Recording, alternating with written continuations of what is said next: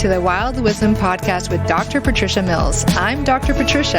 This podcast is for people who want to transform their health, restore their hormones, and reconnect to their body's natural wisdom.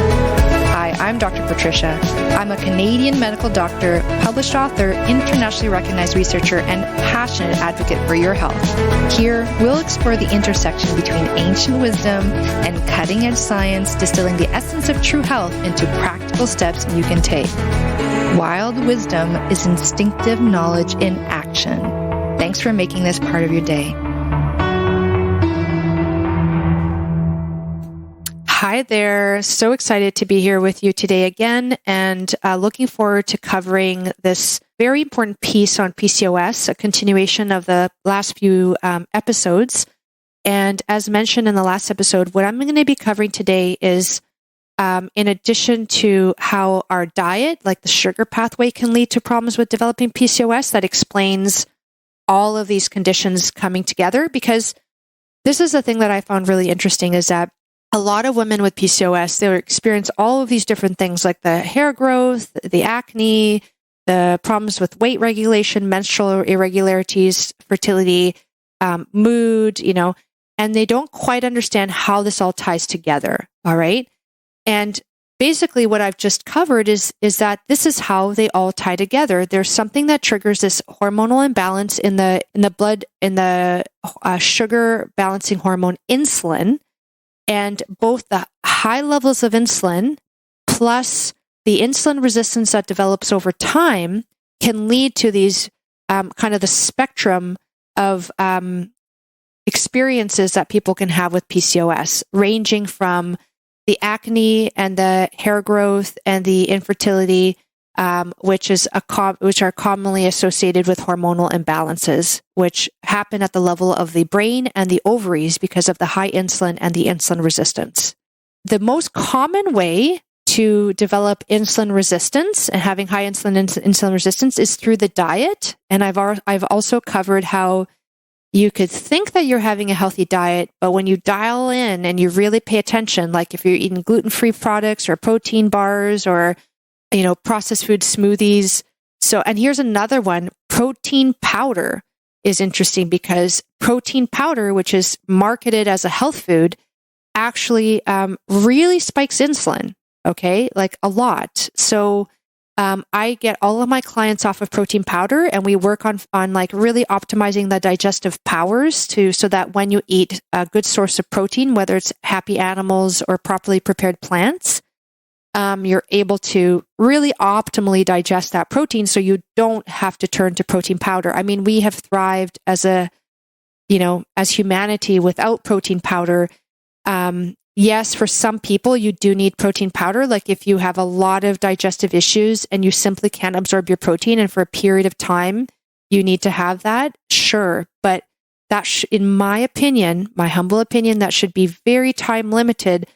And the time should be spent working on healing the digestion again, healing the lining of the gut, getting those digestive, like the stomach acid back online so that it works properly, all those things, okay? So you can get really high levels of insulin with protein powder, all right? But what's the second pathway that's not through the diet is not through how many like fast carbs or slow carbs, it's through the damage to the gut. So I call it the gut pathway. And this was an interesting theory that I came across from a Dr. Tremelin, and he called it the dogma theory, DOGMA. And what that stands for is dysbiosis of gut microbiota. And so that's very fancy speak for there's been damage done to your gut microbiome. What they found when they studied women with PCOS is that women with PCOS had very different gut microbiomes compared to women who did not have PCOS. And it's so interesting, but what happens is that his theory goes like this, all right, is that let's say something is done to injure your gut microbiome. So it could be eating processed foods with chemicals, additives, or preservatives, sprayed foods with pesticides, which hurt your microbiome. It could be too much sugar. Actually, too much sugar can really dysregulate your microbiome by having things like fungal overgrowth. But let's say it's like a course of antibiotics, unavoidable course of antibiotics. Sometimes you just have to take them, but it can cause harm to your microbiome. And microbiome are like the community of organisms that live within your gut, bacteria, viruses, parasites, fungi. And you want the good kind for your body and not the bad kind. And generally when you damage the good, the bad tends to move in and take over. So you really have to work at like repairing and replacing when you do things like take antibiotics, which hurt your microbiome, and things like anti-inflammatories, which hurt your microbiome. And interestingly, I definitely had problems with gut microbiome because I had definitely needed to be on antibiotics when I was a child. I had meningitis, almost died of it. And I'm alive here today because of antibiotics. So I'm not anti-antibiotic. However, I am pro judicious use of it, and I am pro use of strategies around and after taking antibiotics, like probiotics, like gut healing supplements, like a gut healing diet, okay, which definitely exists. And so these things can all change the microbiome. And what's interesting is that the way that his theory goes, and it's supported by things that he was seeing in the research, the microbiome gets injured, that causes a leaky gut. So the lining of your gut starts to let things into your body that should not get in. For medical terms, that increased intestinal permeability. Those things cause the body to develop like a reaction to what should not be getting into the body. Specifically, lipopolysaccharides or LPS are very inflammatory inducing in the body. So the body develops a state of inflammation from the leaky gut. And the inflammation from the leaky gut results in insulin resistance. Okay. And it has to do with like the complex interactions that happen between things like the hormone cortisol and the way that our body regulates blood sugar balance. Because cortisol, which is our stress hormone, also helps us regulate our blood sugar because, well, when you're running from a tiger, you need to release a lot of sugar into the blood so you have a lot of energy available, right? But if you're like constantly stressed out physically or emotionally from stress and physically from things like a leaky gut, that's causing a lot of stress on the body, which releases a lot of cortisol, which releases a lot of sugar, which causes insulin resistance. Okay. That's a very simplified version of this explanation. There are other ways that inflammation causes insulin resistance. However, the kind of like node, like the tying concept between the PCOS that develops is that insulin resistance, and whether it develops from your diet plus or minus additional things. So in most people, it's not one thing. For me, it was a combination of too many fast carbs, like hidden fast carbs I wasn't aware of, plus antibiotics, plus anti-inflammatories, because I would get really painful periods and I was using a lot of anti-inflammatories to deal with it, like ibuprofen. And stress can cause a leaky gut too, by the way, just being very stressed out, like emotionally stressed out. So I had many different reasons. And what I had to do in order to reverse my hormonal imbalance was to get really, really targeted on my nutrition, like really hone in on what I was eating day to day and fix that. That was crucial. I also changed the pattern of my eating. And what you want to do is listen to the bonus part 8 of my deep dive on like maintaining your ideal weight. Because I talk about the timing of food and when you eat it and how that balances your hormone, because when you eat kind of determines how much insulin is released, which will protect you or make you more prone to getting insulin resistance, right? If you do it the right way, it protects you.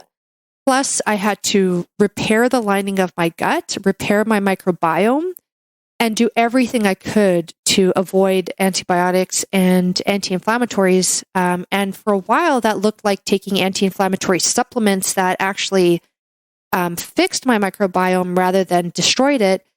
So like borage oil, turmeric, quercetin, these were all really great natural, like supplement anti-inflammatories that helped me with my painful periods while I was balancing my hormones. And then over time, I no longer got painful periods because my hormones got balanced and I no longer needed to take targeted anti-inflammatory supplements, which is nice. have them in my back pocket if I need them, but I rarely need them, like ever actually now, which is great. And magnesium, by the way, that was really helpful. That was actually probably my most helpful supplement for the painful, like uterus contractions that like make you feel like you're dying sometimes, goodness. Really sympathize with you if you have that problem, because I know what that's like and it's terrible. Essentially, if you, as a person with PCOS, what I do to help my clients is we really hone down on the nutrition. There are specific ways to really determine if your nutrition is disrupting your blood sugar balance. Do some targeted supplements, some gut healing protocols, decreasing inflammation protocols. What you find is that like 90% or so of people respond to that, and the other 10%, it looks like it truly is a bit of a genetic predisposition coupled with a potential toxin exposure. Okay. That's really rare. Definitely not the most common cause of PCOS. And that is something that I will get into next.